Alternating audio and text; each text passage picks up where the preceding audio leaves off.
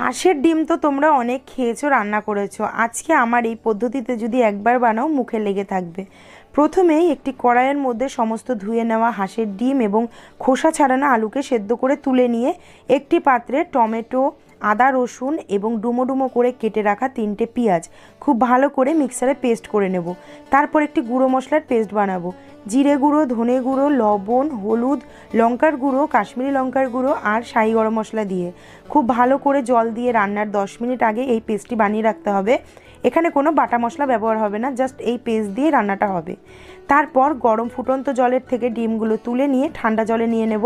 তারপর একটু একটু করে হালকা হালকা করে খোসাটা ছাড়িয়ে নেব, যেহেতু হাঁসের ডিম অনেক সময় কিন্তু খোসা ছাড়াতে প্রবলেম হয়। তারপরে একটু কাট লাগিয়ে নেব যাতে তেলের মধ্যে দিলে না ফাটে। গরম তেলে হলুদ, লবণ, লঙ্কার গুঁড়ো 1/2 চামচ করে দিয়ে ডিমগুলোকে ভেজে তুলে নিয়ে ওই তেলেই ফোড়ন দিয়ে দেবো গোটা গরম মশলা এবং তেজপাতা। তাতে দিয়ে দেবো সেদ্ধ করে রাখা আলুগুলো, একদম লাল লাল করে ভেজে নিয়ে হাফটা কুচানো পেঁয়াজ দেবো, যেহেতু ভাজা পেঁয়াজের গন্ধ কিন্তু রান্নায় অন্যরকম একটা স্বাদের মাত্রা এনে দেবে। তারপর আলুগুলো ভাজা হয়ে গেলে মিক্সারে পেস্ট করা মশলাটা দিয়ে খুব ভালো করে কষে নিয়ে যখন মশলা থেকে তেল ছেড়ে দেবে আর গামাখা হয়ে আসবে, তখন দিয়ে দেবো গুঁড়ো মশলার পেস্টটা দিয়ে খুব ভালো করে কষে নেব। অবশ্যই কিন্তু লো টু মিডিয়াম ফ্লেমে কষতে হবে।